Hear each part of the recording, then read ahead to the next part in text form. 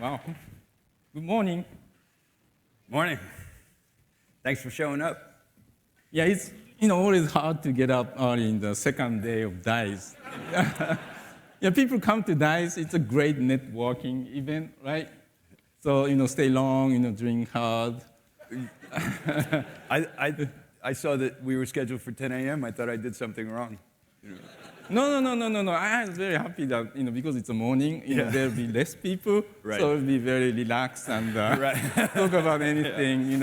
I forgot that there are people watching through the internet, Twitch, so we have to behave. And they didn't have you guys in the hallway at 1:30 last night. Yeah, thank you very much for that party, whatever was going on. But And like Martin said that I'm on the board of AIS, so I attended every single D.I.C.E. From the very first one, and you were on the board as well when we started. Yeah. And actually you opened the D.I.C.E., the very first D.I.C.E. first D.I.C.E. talk. And back to back with Mark Cerny's legendary talk of method. I don't know if Is Mark there? he's here. Mark, you out there? Networking hard. Working hard. Yeah. Yeah. So Second talk is Mark. I always enjoyed, in the audience and listening to the people talking about creativity and how they do things. And, I'm on the board, so a little bit kind of, unfair, but D.I.C.E. has always been my favorite show event in the industry because there's a very little, no pressure, no business pressure, right? We're not announcing new, title or new hardware or, not, no PR people. We're not supposed to. Yeah. We're not supposed to do that. Talk about, so, this year's theme is without boundaries, but for me, D.I.C.E. has always been without boundaries of these, business or platform, and so I always enjoy being in the audience and listening to very creative people, and I was not expecting to be on this side, but the Martin saw the piece I did with Mark Cerny last year, the conversation with Mark at the Computer History Museum. Actually, that museum is amazing. It's all archives of history of computers. Yeah. Amazing. Yeah, and we didn't have script. We just had conversations. Mark and I worked for the last over 20 years, and we are talking about our history, and we surprised with each other. So Martin liked that format and asked me to do something like that, but with of course new partner, and his idea was to talk about last 20 years of industry, how it evolved, and how we look at the future.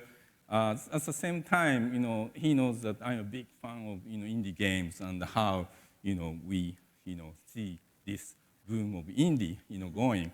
And so 20 years back of history and being indie, I didn't think a better person than you, so I asked you to be my partner this morning. And thank you for accepting. Thank you. And the rule is, so I know you have some list of questions, but, yeah, I do. But I don't know what you have. They sent me these emails that some hacker, I guess, sent me history of stuff. So we have some great things to go over. Okay. Yeah, I'm very interested. Okay. Well, let's start at the beginning. Yes. So let's start at the beginning. And so 1986, you started Sony Computer Entertainment. 1986, I joined Sony Corporation. Sony Corporation. I joined Sony Corporation, and 1993 we started, PlayStation, Sony Computer Entertainment. So I was doing some corporate staff kind of, junior level work for Sony, and I was doing some PC business at Sony. Sony was doing a portable game, a portable computer for Apple. It was called PowerBook 100. It was designed and manufactured by Sony.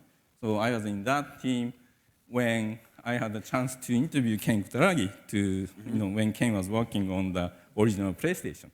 And I was the very first non-technical person to join because Sony was came as considering to move it from R&D stage to business stage. Yeah. And the company, Sony Computer Entertainment, was formed in November 1993 as a joint venture of Sony and Sony Music. And now, talk about the beginning of PlayStation or Sony Computer Entertainment. It's a funny story. So I quit Sony as an employee to join Sony Computer Entertainment. And I was thinking, I'm leaving Sony, right? And Yeah. Sony people, HR people are very, very nice. When, as soon as you leave a company, you are a customer, right? Yeah. So they treated me very well. They gave me some, small lump sum payment. So I didn't even expect I would work again in the Sony headquarters, which is where our office is, because Kaz is now, president of Sony, that we never ever kind of dreamed about. And that's so. So it's a history of video game industry and PlayStation for me, but it also the relationship between PlayStation and Sony has dramatically changed. Completely. Completely. So I remember having dinner with the Sony music executive in LA who was laughing at the whole idea of PlayStation in 1993. And at that time, you were still in the film industry? Yeah. You were doing computer animation? We were doing computer animation at Rhythm and Hughes at the time. And he did not understand that there was a royalty of, at the time, around $7 a unit for every CD manufactured. And the music business saw nothing like that, right? So that was pretty interesting. But so when you started with Sony, and particularly PlayStation, so as far as people in the game business, most people work their way up, right? They start as a tester or a modeler or a production assistant, but that's not how it went for you. For me personally? Yeah. Yeah, so when the company was formed in 1993, I joined the, what we now call third-party relations team for the Japanese industry. Yeah. So I was doing some business relations work for the Japanese publishers like Namco, Konami, Squaresoft, those companies. And I did it for 3 or 4 years. And we had, I don't know if you people in the West knew that we had a slogan, marketing slogan in Japan about original PlayStation, that every game comes to PlayStation. we were the new entrants, right? Right. Like a lot of industry people didn't treat us, took us seriously. Many people advised, because different electronics companies, consumer electronics companies before us, came into video game business and went out. So they thought Sony would be the same. Many of them, except for Namco, who had a great 3D arcade tech, they are not leveraging their games and tech in consumer. So they are the perfect match for us. Yeah. And can form the very strong relationship with the Namco people. But most of the industry at that time were saying something like, well, 3D, polygons, it might work for racing game or maybe shooter, but it won't work for other type of games. We had not made games before. Abe's Oddyssee. Yes. And but what we were waiting for was 600 megabytes of storage capacity. And it's funny because I've seen Mark Cerny, who's sleeping at the moment. I've seen him say when he heard that there was going to be 600 megabytes of storage capacity, he said, "My God, what are people going to do with all that capacity?" On the other hand, there was other people waiting to get into the business because 3DO had announced that they were doing 3D. And anyone who actually understood 3D understood how drastically underpowered that system was from day one. It was texture animation, right? 3D. Yeah. But that capacity really changed because it allowed us to think like there was real production design capability, that we could start getting into higher resolution character, for ourselves personally, character expression, start bringing more actual Hollywood production designers into the film space and start trying to design IP a little more like how a film studio might, or a television network. And that seemed possible because of the promise of where the specs were on PlayStation 1. Yeah, so when you started your company, Oddworld, we had not announced PlayStation as yet. You announced it Oh, because okay. we started in '94. 94, okay. Yeah, you announced it, and then it came out shortly thereafter. But that was our timing. I mean, it was really because of that announcement that I was able to convince Sherry McKenna, who's the lovely Sherry McKenna in the front row. Thank you for coming, Sherry. Anyone who knows Sherry, it's been a long time since we've seen her at some gaming events. Thank you very much, Sherry. And she's the boss, by the way. Yeah. That was my smartest decision from day one. Yeah. I learned that when you started, Sherry was your business partner. Right? Yes. But over the years, it changed, somehow. Now we live together. Yeah. With 2 dogs. That's wonderful. Yeah.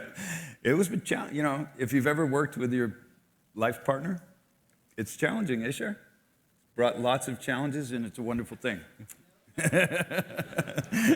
So you time the time that there's a big medium to put your beautiful movies and use create world with 3D graphics. Yes. And you have that years of experiences making computer animations for the film industry. That's right. And what's amazing is you released many games last year on PlayStation, right? Thank you very much. The old games and brought them back. Yeah. But Thank that you means very much. You own the IP of these games. Yes. Was it that throughout, from the very beginning, or did you acquire back some of their games? We started with financing of 49% of the company. And thank you, Sherry McKenna, because she was able to get 51. Wow. And if not for that, I don't think we'd be here today. So she was the business person, you were the creative. Yes, and she was one hell of a negotiator. Yeah. And she was an awesome producer. And what we knew from coming from Hollywood was teams are getting bigger, it's going to get more complicated to produce. We actually hung our hat on that and said, we know how to produce large productions. We know how to do this and that. And then I had a fairly decent, albeit largely hypothetical, game rap to try and convince people I might actually know how to build a game, which I didn't know, but I was trying to convince people I did. And then we learned the hard way, doing it. But yes, it was the promise. What I saw in the industry at the time, and when you guys were announcing, was that at the time, sequels was not a real big business. And in fact, publishers looked at sequels as if they only do 50. I remember hearing this several times. They only do 50% of the sales of the original. And so they were looking at it more like a toy industry. And I said, my God, they don't understand IP. And all that's going to change. And what I remember trying to convince Sherry was we need to get in before they really understand it's about IP. And we got to try and own that IP before we really get in too deep. And if we can do that, maybe we can be around for 20 years and still building on that IP. It didn't go exactly like that. But we're still around. I remember I visited your studios in San Luis Obispo at that time, right. Late 90s. With Andrew House, that time Andy was VP of marketing for SCA, and I was amazed the wall full of very high, quality graphics, and it's like a common now that to create the world, before making games, but it was totally mind-blowing for me that a developer does it, beyond what's necessary to create the first game. That was so like a visionary thing for your team to do. It was true, but not so blown away because we didn't get signed up. Yeah, so Andy, because yes, yeah, so I was a producer, managing studio in Japan at that time, and Andy wanted me to accompany him to see what you're doing, meet with the team, because at that time after the first 2 games or so, you were exploring a new partnership arrangement. It's a very polite way to put it.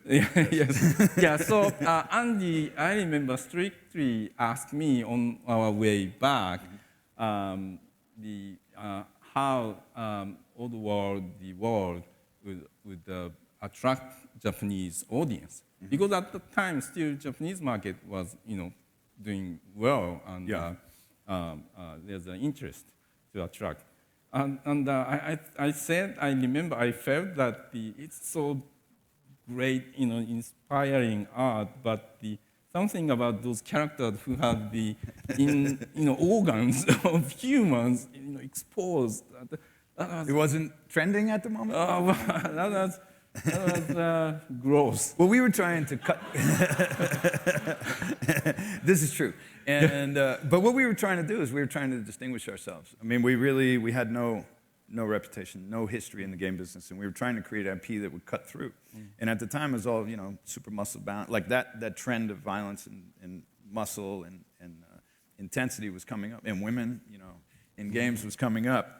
In a very inflated way. But for the Western market, it's a kind of perfect kind of games we, kind of wanted on PlayStation, because it was very fascinating to hear Tom yesterday about how Sega positioned Genesis at the higher age audience. But I remember we really wanted to make games more, for everyone, like adults. That's how we named the company, not Sony Game Entertainment, named it Sony Computer Entertainment. And so we really marketed, for the adults. And this was the beginning of you producing games, as a game producer. Well, that was the marketing side of the business. I was still doing the third-party relations. Right. Yeah, but as we got to '94, PlayStation's releasing, you had, I believe, your first producing property was Crash. Crash Bandicoot. Crash Bandicoot. Yeah. Your first producing. Yeah. So going into business, people ask how I can get into business. In my case, I was offered to become a producer of Crash Bandicoot. And that was signed up by SCA with Universal Interactive Studio that Mark was, producing. And because the deal was for the global market, SCE Japan at that time needed to assign someone to produce. And unfortunately, none of the producers there then spoke English. So I had a chance that, this Shu guy in the TPR, he speaks English, let him try. And to deal with those crazy guys in America. Yeah. I remember Barney Storer, when I arrived at the E3, pre-E3, just preparing for E3 of the 1996, I think. Yeah, so we had a meeting, internal meeting, and as soon as Barney saw me at the hotel, he called me that don't screw up. Bernie, full of encouragement. Okay. So I have known that this guy assigned in Japan had never produced game is doing this important project. And American and European designers weren't taking that seriously in Japan at that time. Well, but Japan had been a very, very tough market to tackle because of a different cultural preference. Japan is very heavy on the manga, comics, and anime influence, and they love these cute anime style characters. And it's funny that the Japanese developers try to grow up from them and try to appeal to the US and European audience, and most cases, didn't go well at all. And finding that doing what they do well actually appeals to the new audience in US and Europe. So you also started around the same time producing Spyro? Well, it was a multi-product deal between SCA and Universal that included Crash and Spyro. I think I remember 3 games deal for both. And so I started as a localization producer for these properties. At the same time, I was given the chance to grow the internal studio. And that was Gran Turismo, the first one, right? Yes, So at that time, the SC Japan had only one team who just released the second Motor Toon Grand Prix game on PlayStation. And so they just started working on their third title. Right. That was Gran Turismo. Right? So I was given Naughty Dog, Max Sonic title, Crash Bandicoot. Those are your 3 first producing games. Yeah. That I just want to comment. Yeah, that have sold 150 million units combined. It's very difficult, to get into the business, right? Yes, but I spoke to Ted Price. I spoke to Jason Rubin. Yeah. I didn't get to speak to the folks. I mean, I was extremely lucky, Well, that's how they feel. Yeah. And I got to tell you, it does not sound like they're talking about their publisher. Now, okay. I'm not saying developers have anything negative to say about publishers, but it does not sound like they're talking about a publisher relationship, because the fact is that all of them are fiercely protective of their creative. They're strong personalities. They've been doing this forever. But they credit you with the ability of being able to translate for them into the Japanese culture and back on what they needed to do to be more appealing overall. For character designs, from eyebrows, the way things smiled, from teeth, the size of eyes, all of these things that they were married to, and somehow you were slipping in the feedback, but not making them feel enforced to take it, but empowering them to sort of jujitsu them into their believing that that was the right thing without resistance. And they credit you with being able to shape them towards massive success, and Cerny too. But you in particular, because they said, if not for Shu really championing us inside Sony, in Japan, and speaking Japanese, understanding their culture, but being able to basically facilitate between creatives, engineering, and business minds. And they didn't believe in testing, none of them at the time. And introducing them to testing and the idea that maybe they should do that maybe it would be a good thing, 150 million units later. What great thing about those best developers, they demand the best from every part of the business to participate in the project. So I learned a lot, especially people like Mark, super sharp. We have to prove, right? We just cannot make random idea or opinion. Right. So I brought in, when I was. It was toward the end of the project for Crash Bandicoot 1 when we were brought in. And that was a great game, but a bit, simple game. Very, very fun game, but toward the end, very, very difficult because the variety of things you can do is limited. The game designer had to make it, difficult towards the end. So to prove the point, I did the research on some of the Nintendo game of that time. Each level, I looked at and how many new items or new actions are introduced. This level had this and that kind of macro analysis, like everything in hand, and brought it that. But comparing to these games, and this game looks a bit simplistic, and because of that, probably very, very hard in the end. And that kind of thing. And also the testing. To prove the point, we brought in consumers, and that we learned actually from the Japanese industry. And Nintendo had a really, really good playtesting team, like a partner, that they offered to their third parties of that time, working on Super Nintendo games, to do the really thorough playtest. And because we are new in the industry, when we visited the third parties of Japan, that I was the responsible, we got a lot to learn from these good practices. Here's a question that I have, because you went to Kyoto University and you got your Bachelor's of Science. Then you went to UCLA and you got a Master's in Business. And I think a number of us were curious, like, which school had the hotter girls? Sorry? Which school had the hotter girls? Which school? Which school had hotter chicks, man? Where was the... Kyoto University's business. Is science. UCLA is business. We're curious. Now the question is? That's the question. Kyoto or UCLA? Which I enjoyed more? Or? Which had prettier girls? Okay. That was the question. I'm sorry. So the Kyoto University, it's kind of very hard to get into at that time, maybe now as well. So the class of 50 students, maybe we had like 3 or 4 girls. Oh, not, wow. not that, gods are stupid, but, somehow that was the case. And actually, I got married to one of those. From three. Kyoto? Yeah, yeah, Oh, yeah. all yeah. right. When I was still in Well, then college. that's the answer. Yeah, Okay. Yeah, yeah. The smart answer. Yes, Yeah, very yeah, smart. yeah. But actually, a more serious question on that is, you were traversing creative mindsets, engineering mindsets, business mindsets, cultural mindsets, different territories.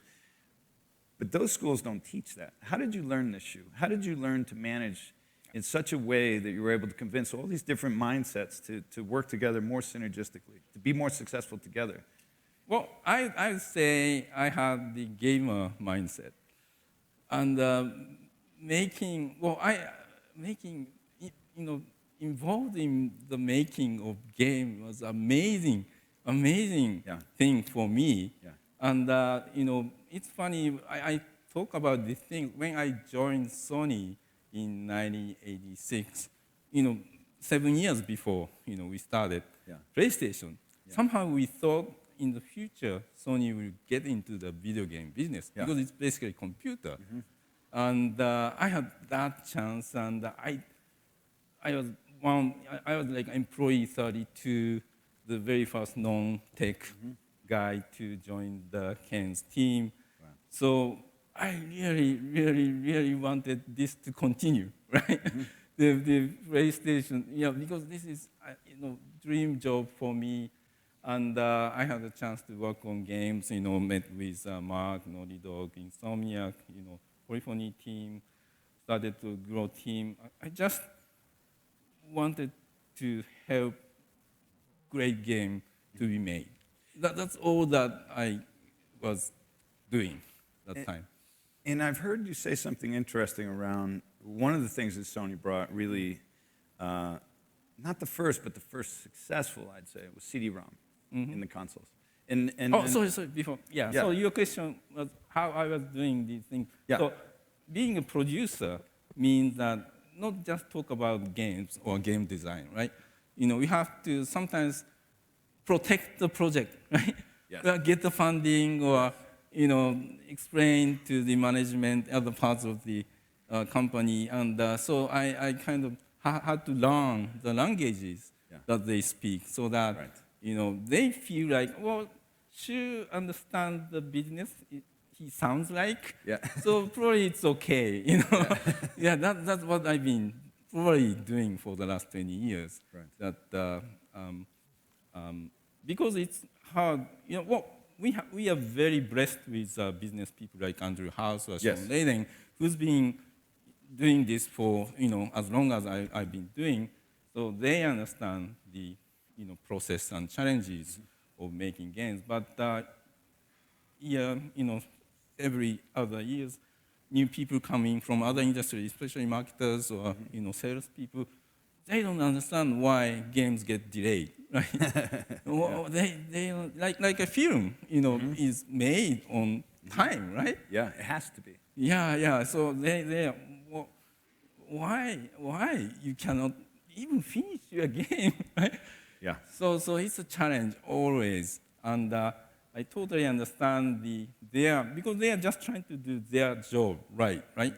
In terms of making, well, you cannot sell bad games, but marketing and sales can make great games, sell, make it a bigger success. So in order for them to do, they want to use what's available for them, in terms of advertising or retail promotions or partnerships, and it takes many months of I'm talking about retail like a business, and so many months of preparations. And in the days of PlayStation, we used to release Crash Bandicoot, for example, every year.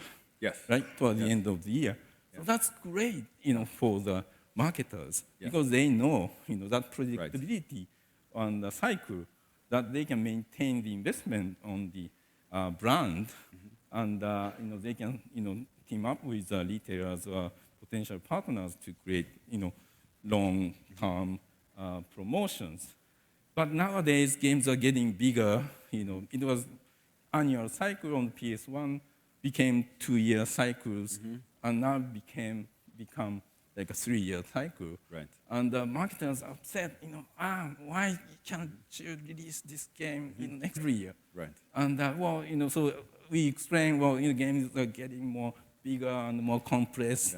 But there are some other, there are some reference points for them, like Call of Duty, Assassin's Creed comes out every year, right? Yeah. Why can't you do this for us, for our titles? Yeah. And I'm like, with all the respect for those teams, like yesterday's talk about how they, created the zombie mode for Call of Duty, great, work. With all respect, but I hate those teams. I wish they are not doing what they are doing well. So do I. Yeah. I just think, God, I hate those guys. Anyway. But speaking of getting increasingly more challenging, then we have the PS2. Yeah, I remember. Yeah. So you released 2 titles on PS1. Yes. Yep. But just this comment, this is one of the things I think why we got money in the beginning was that Sherry McKenna was a producer. And she was, in my experience, the most incredible producer I had seen. And one of the things she was promising developers was, as a producer, all I have to do, all I can show you is the end result of this quality, on time, on budget. That's what I deliver. And we actually did that. Wow. And it was hard, And it's hard. It was very hard, So she got to deliver, and I had to make it happen, But it was very hard. It was hard on all of us. But we did that, and that's to Sherry's credit, because none of the team would have known how to do that, But we had to do the work and follow it. And the third project you started, for we PS2. started on PS2. Yep. And PS2 was, I guess this is when I began to see the designer in a different light, Ken Kutaragi. And what I think, in hindsight, the PS2 era was interesting because it was very difficult for a lot of people. And what it looked like, I used to give the analogy, I was like, gee, it's like Panavision just released a new camera. And it said to film directors and cameramen, this camera is so much better, and you're going to love it because now it takes 5 cameramen to operate it and get on the set and make this happen. I was like, this would never survive. If it was replacing a camera, it would never survive.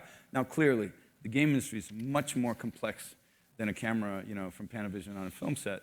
So you moved your project from PS2 to Xbox. It was survival. Yeah. It was survival. We loved PlayStation, but we had to figure out how to pay for it. And what was happening, and of course you didn't do it quietly, right? No. You are all over the media talking about. Well, the press has a tendency to dramatize. And you invited comment from Jason Rubin, right? What he called us lazy, But I got him back. I got him back good. Okay. Yeah, I became friends with him. Oh, that's good. He's still suffering that retribution, Yeah, actually. So we are on the board of AIS. We kind of discussed who should be granted the Hall of Fame, Lifetime Achievement, these awards. And one year, Ken was top of the list for the candidate for the Lifetime Achievement. And we are almost anonymous except for one board member who had the reservation, huge reservation. Who was it? Yeah. Well, I was very opposed to it, but that's how we have very honest discussion. The AIS board is so fun. We had a lot of fun, and that was the only disagreement we ever had. And it was the first time I ever saw you get passionate about it, because you're going, why? Why? He changed the industry. He changed this. And I said, he put half of the development community out of business. But what it was I'm sure none of you can relate to that. Actually, you are lucky. You are out of video game industry when we launched PS3. Oh, yeah, I know. I know. Well, that's when I decided to pull out. And we had the opportunity. We were actually financed to be on PS3. But here's the phenomena that I saw happening, because as a third-party independent, you were basically presenting business plans and budgets. And now just think of this connected to Silicon Valley with venture capitalists or something like that. You go out and you convince a publisher, this is what we can do it for, this is how many units we think we can collectively sell together if you do this and that. But now you're finding out, whoa, we have zero ability to predict and we just have to discover. Now to get the financing to even discover, you had to present an entire project with your cost expectations, with your sales expectations, all these things. But what we were finding is that every time that developer had to go back to the publisher, another pound of flesh came out of our deal. And so as developers, we saw a lot of them start getting cut because they weren't coming in on budget. And it made it very, very difficult. And at the same time, games were now really becoming big, right? I mean, remember when it started, when I brought Sherry into the game industry, we would go to parties and she'd say, what do we say we do? And I said, just tell them we make software. You know, because making games was like not going to get you invited to the parties in Hollywood, you know, oh, games. But by the time now PS2 generation's there, games is now like, oh, you make games. I mean, culturally, it really changed in the entertainment business. And, but that ability to not be able to predict was very, very, very difficult. And then what happened was, you really, in some respects, you really opened the door for Microsoft. Because then you had the group up there, you had, you know, Ed and Seamus and these people that were... New breed of thinking for them. And what they said was, our hook is we'll build a machine for developers. And when we heard that, we all went, what? Okay, you've got the brand Microsoft that people resent having to buy, historically, Windows and operating systems and all this. And now you want to get in the entertainment business. But if you really do what you're saying, you know, we think you're going to have a brand challenge coming into the entertainment business. No one at that time was thinking of Microsoft as entertainment. But they had the promise to basically make your costs more predictable. And Jason was making fun of us, calling us lazy, but he was first party, so you guys understood, you know, but our publisher didn't necessarily understand this good. And at the same time, fewer winners with bigger numbers, and the publishing community was now really starting to drop off. Right? A lot of publishers were starting to drop off. So they wanted to cut budgets rather than expand budgets, and it left us in a very difficult place. And really the fact was that we were trying to survive. And so Microsoft was a way of landing and trying to survive. And then we got, actually, on time, on budget, we released Munch on Xbox. The launch. On launch. Well, and that was challenging.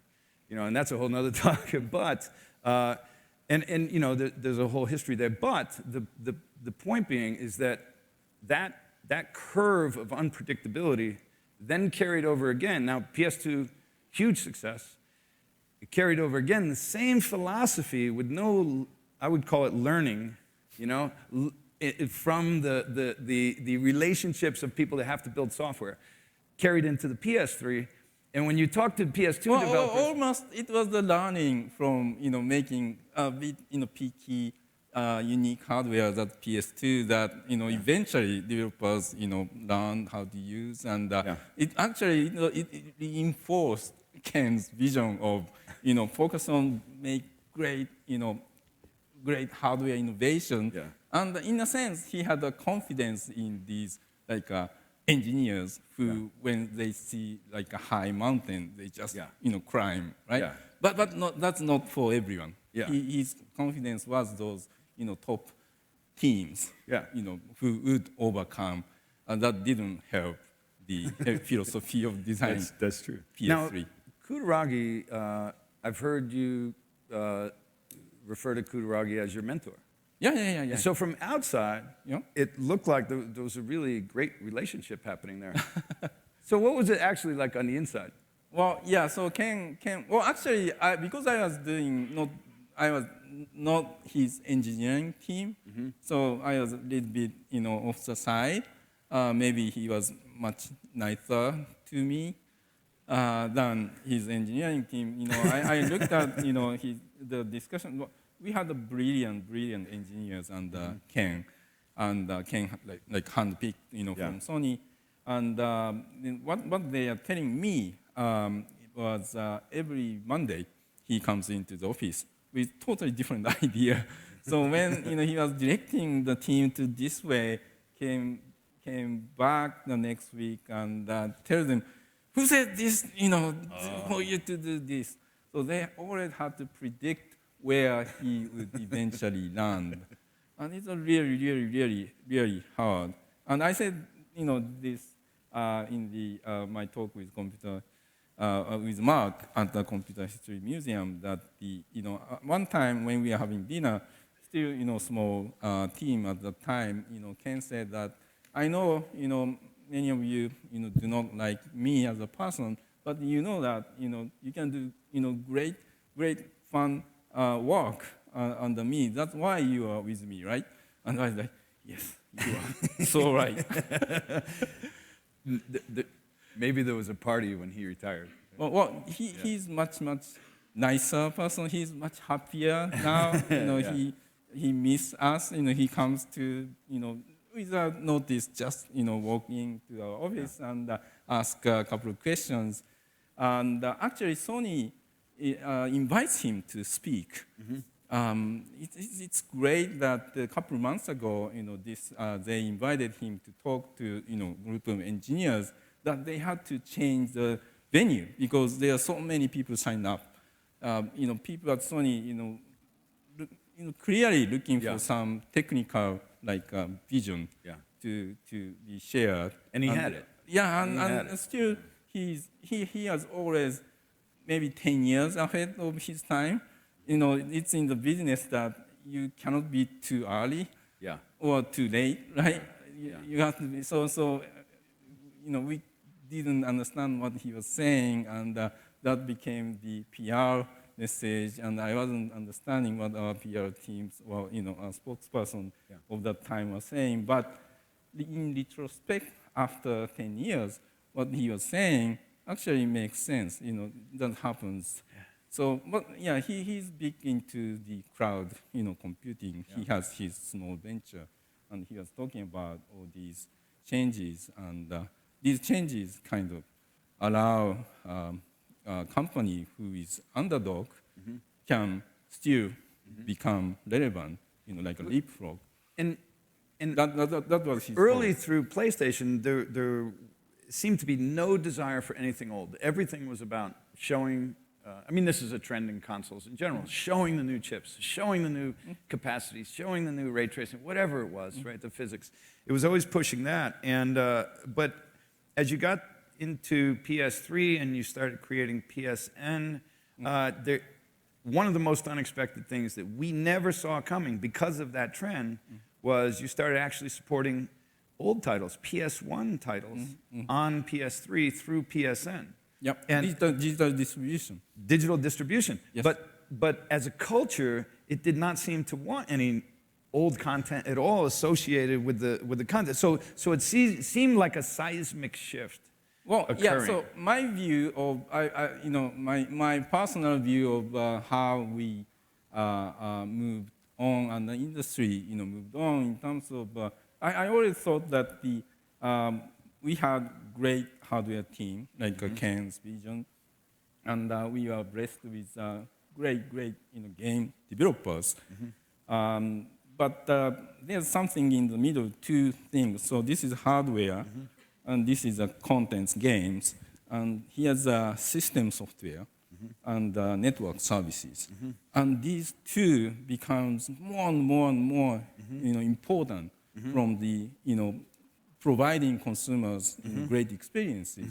And that was actually the focus of our designing PS4. Yeah, because going through PS3 was the first PlayStation that had the system software update. Kept adding the new features and new services. We started PlayStation Network with PS3.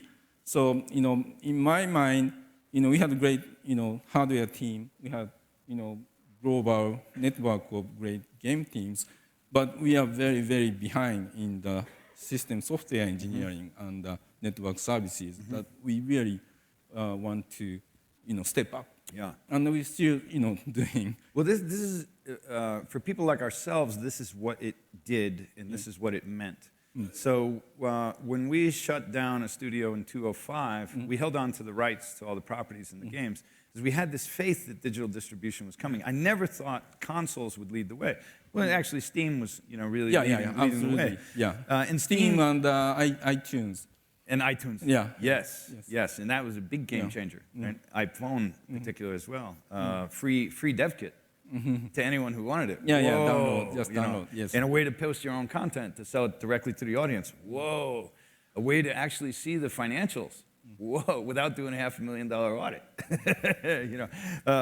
Without getting into that story. But, so what it did for us was it allowed us to put our old titles from PS1 back on PS3, and more to our surprise, they actually sold. They actually started selling. But really what that did was that allowed us to start investing more, taking old content, getting it on new SKUs. But in particular, we decided it generated enough income that we were able to approach a recent title that we did, New and Tasty. But at the time, we were focusing on New and Tasty for PC. Because we just thought it would be too expensive to try and get it to console. And then something really shocking, I think, happened, and it told us that, and I think a lot of people were experiencing this in different ways, that something had massively changed inside of Sony. And what happened was we did a presentation at Eurogamer on New and Tasty, and we said we're building this game. And we did it on stage, and we showed a little footage, and we did our little nice thing. And then we got a call, and it said, hey, do you guys want some PS4 dev kits? And we're like, this isn't Sony, man. Who are you kidding? Who's messing with us? Because there's no way. If you remember how hard it was to get dev kits, you knew that EA and Activision had 100, but the small guys couldn't get one. You know, it was so hard. I think it was looked at as a profit center. There were $12,000 to $15,000 at times. You know, if you needed 8 of them, it was a significant investment. And all of a sudden, it was like, hey, you guys want to be on PS4? We'll send you a dev kit. And I was like, we're not that important. So what is going on here? What has changed? And simultaneously, we were learning something else, which was that Mark Cerny was now chief architect. Yep. So Mark was the chief architect of PS4. And what exactly you're talking about, the new breed of Sony SCEA with Adam Boyce, my partner doing and it was Adam who sharing called. video. Yes. Yeah. And in Europe is Shuhei, doing really hard work to get the small devs onto PlayStation, and that was. We're just about out. We want now. Let's go. We've got about 5 minutes. Did we take 45 or we took 40? Well, oh my God. Sure. Well, I guess we've used up our time for Q&A. On time and on budget. There we go. And we're slipping. We were planning to have some Q&A, but Martin. Well, sorry, Martin. But here's the year in PS4. Yep. Incredible launch. Yep. Incredible messaging. Incredible resonating with the consumer and the development community. In particular, a highlight on the indie community. How's that year in retrospect? Well, we had amazing year. I'm gonna finish, but just let me say. We had amazing year last year. PS4 just kept selling. We announced, unveiled Project Morpheus of VR, very exciting. But towards the end, there are 3 things happened. Like games got delayed. Many industry-wide. Actually, that's the best of the 3. Yeah. Their troubled launch of some big titles, including ours, and the DOS attack to the services and some network service outage. So these are the new big things that keeps me up at night. Yeah. So it was an amazing year we had, but our mind is how we should fix this, and especially the travel launch. This is all development. Yeah. We should fix this. That's my final. My last request, Shu, I hope you write a book someday. I think the whole business would benefit from it. I know I would. And thank you so much. Thank you. For spending this time with us today. Thank you.